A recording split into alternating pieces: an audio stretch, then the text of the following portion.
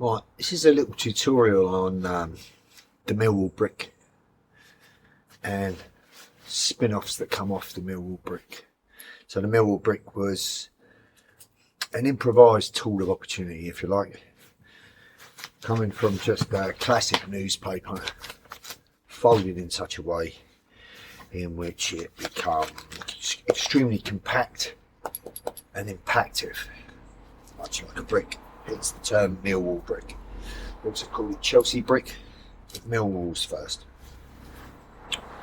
So, the notorious football hooligans, Millwall Club, were absolutely innovative in their means to create force multipliers. And quite often going into the ground, of course, they would be searched, checked for any items of metal. So they innovatively started to bring newspapers in, folding them into the Millwall Brick. So devastating were the injuries created from the Millwall Brick, so smashed all sockets, broken jaws, collarbone, etc. But they banned the sales and the carrier newspapers in the ground. But the classic Millwall Brick is very, very useful. So if you carry a newspaper, first of all, if you're going to carry a newspaper, the only possible reason that you should carry a newspaper would be to make a Millwall Brick, just in case you needed a force multiplier. Outside of that, you might line your budgie cage with it, or your hamster cage, or if you're caught short with that toilet roll, you might wipe your ass. What you certainly wouldn't do is read the shit that's inside it, because it's just all media brainwashing bollocks. But that's another story. But the newspaper, as a force multiplier, can be implemented very well. The first way in which you can use a newspaper is just standardly how you hold it. Is if someone's in front of you, just place it as an obscurement in front of them briefly, and then boom, hit that. So you're hitting them with a shot they can't see. So the newspaper deception. But the Millwall Brick is basically an impactive tool. So when you roll the Millwall Brick up, fold it up, bend it, it looks like that. Now, if something like that is in your possession, in your vehicle, in your bag, in your person, it's simply a rolled up newspaper. That's all it is. It's a newspaper. So it looks like this, even if it's rolled up like that, even if it's rolled up then over in a configuration, it's still a newspaper. Right? To use it effectively as a Millwall Brick, you pull two ends, squeeze the two ends together, two ends at the top, solid part in protrusion, and you use it like a hammer fist. Right? This would be the standard Millwall Brick. Now, you can just leave this in your car, stuck in the side, pick it up whenever you need it. You've not done anything to it. Right? But the second that you tape it up, like this in preparation, which is what we use here, training in the class environment, different setting, but the second that you tape it up, or you hold it together by some other means, and now it's fixed in this permanent position.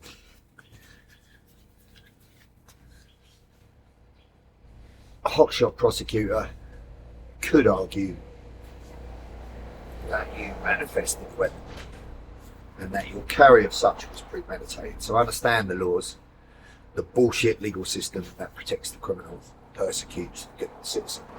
Understand that. Understand how you've been castrated, and anything to level the playing field in terms of a force multiplier that could be construed as a weapon, you are banned from having. So I understand that. It doesn't apply to the criminal, but it applies to you as the good citizen. Know that. In which case, you have to use tools of opportunity. But even if you use tools of opportunity, like on a newspaper, and I've put it in a permanent way in which to use it as a Millwall Brick, which is a known thing, then this bullshit legal system could argue that you have construed a weapon.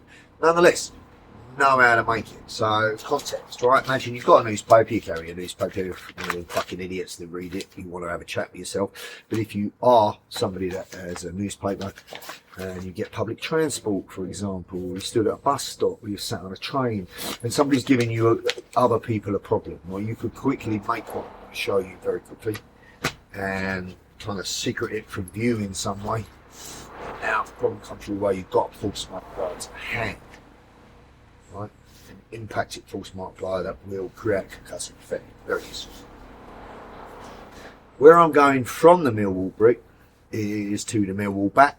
The Millwall Brick and the Millwall Bat, which is a longer version, are just newspaper. I want to also look just from a historical point of view how over the years other people have weaponized these things, right? So there's a Millwall Brick. There's a Millwall Brick that's weaponized.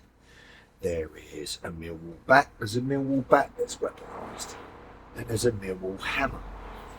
Millwall Axe. Know these things for fun. Know how to use it. Historically, it's interesting that individuals with limited resources have come up with such things. Some of the most innovative people, or probably the most innovative people for making false multipliers, are those in captivity. Captivity weapons are truly low tech and truly functional.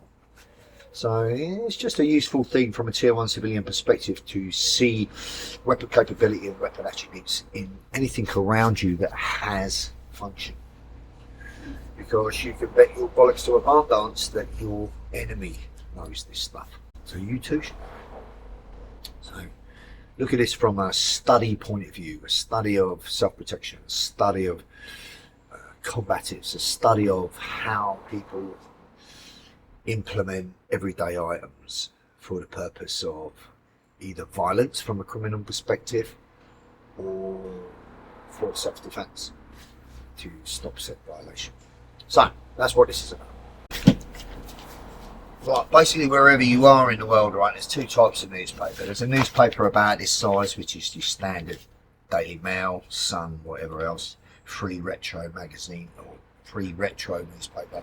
That's on local tube stations, and whenever you fly, you usually go through, if you're going on an international flight, there will be stands with newspapers and magazines, which is funny because you're in a non-permissive environment where these stringent searches are supposedly done in order to stop you from carrying anything that you shouldn't have, and then as you get on the plane there's a stand that gives you free newspapers.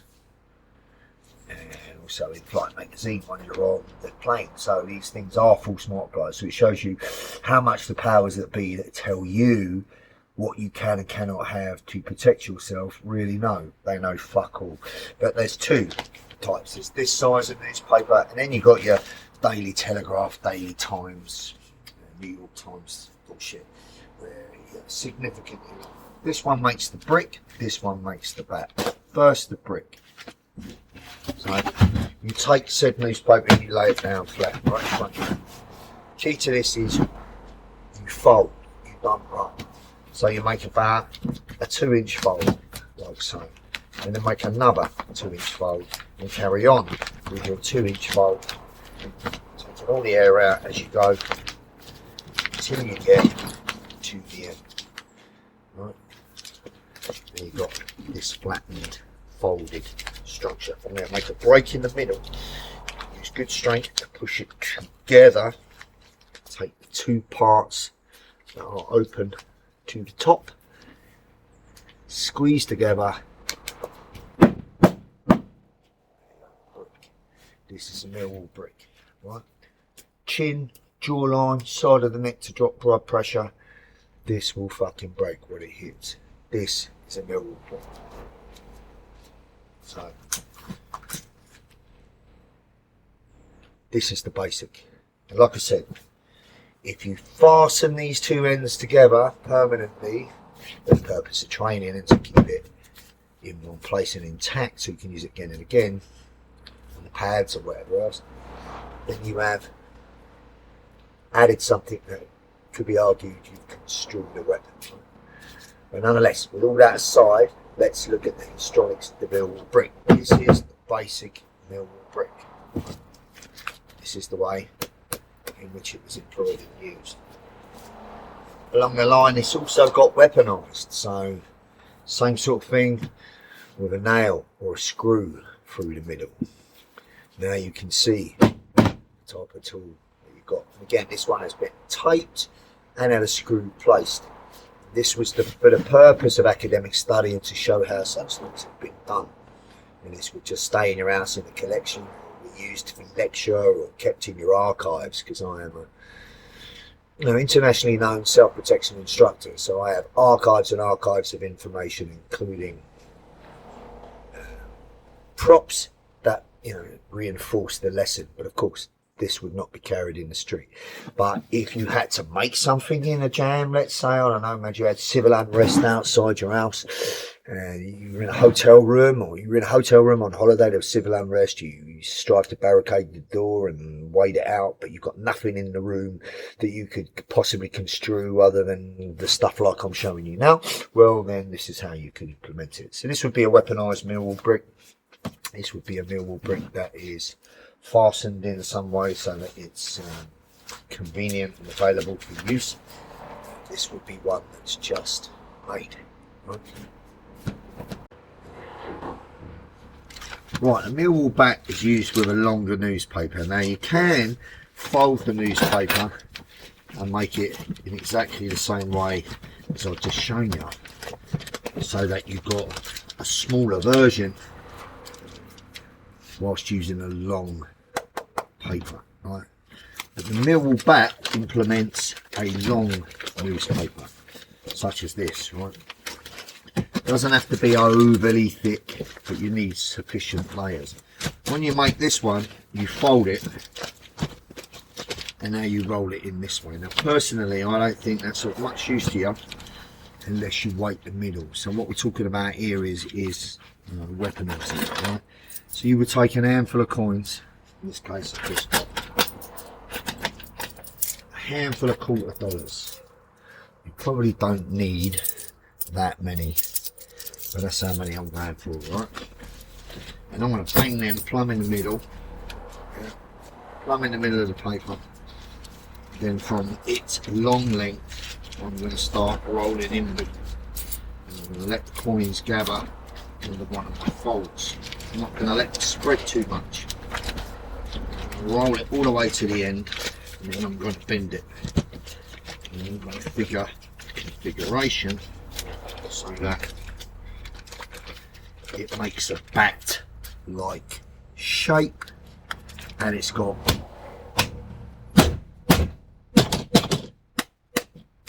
some fucking weight to it, right?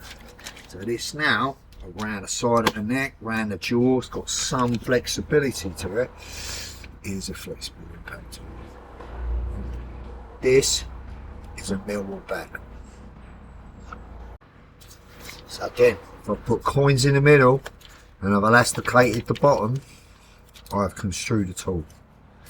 This is a Millwall back.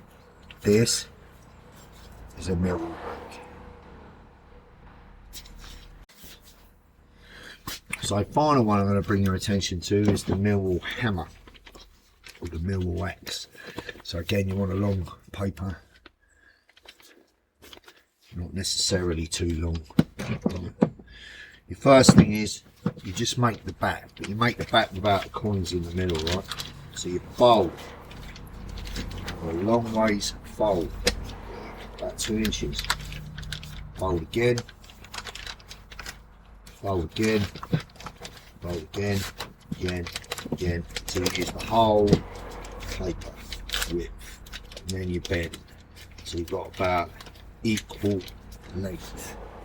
So this would be the Millwall bat unweaponized. In my opinion, that wouldn't be that efficient. You stick a bunch of coins in there, now you've got weighted end, that's different. But if you want just the newspaper and you want to keep it effective, then it needs to be short. Hence you would use a shorter paper for the Millwall brick.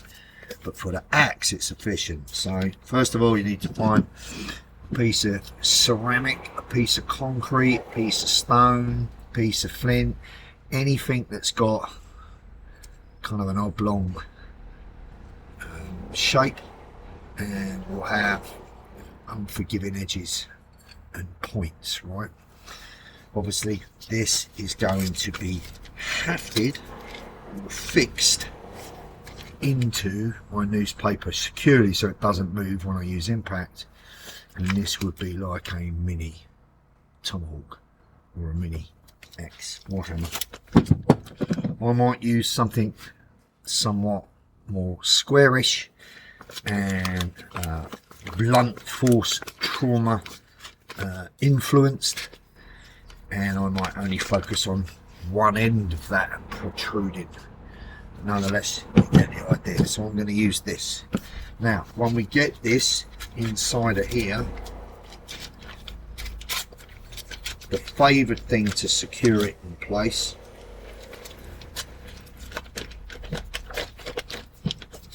is electrical tape. So the first thing you do, once you've got a snug fit, so the first thing you want to do is choke whatever you use, stone or whatever else you're using, up to the top of the paper, get it up to the choked position full, and then take that off, and then start working around with your tape in a crisscross fashion. So right the other way, the top, round, just crisscross tape it in. I understand that this takes some seconds, couple of minutes, whatever else to do, so this is a pre-prepared thing, and you'd need to make sure that you've got the resources that you need to make it. If you've got the opportunity to spend such time on something, you could probably find a better weapon than this, but nonetheless, this is, if it's something all you had, this damage, this will do the job. You've probably got one, maybe two shots in you with it, but you're certainly going to get some kind of result after you've done it. This crisscross tape with electrical tape stretches and pulls and keeps everything tight in place. You might add some other tape to it just to maximise it. So as an example, I've added some Gorilla tape to the whole affair. Now I've got a hefty little hammer. This is the Millwall hammer. So again, to recap, standard Millwall brick, impactive, weaponized Millwall brick, point driven tool,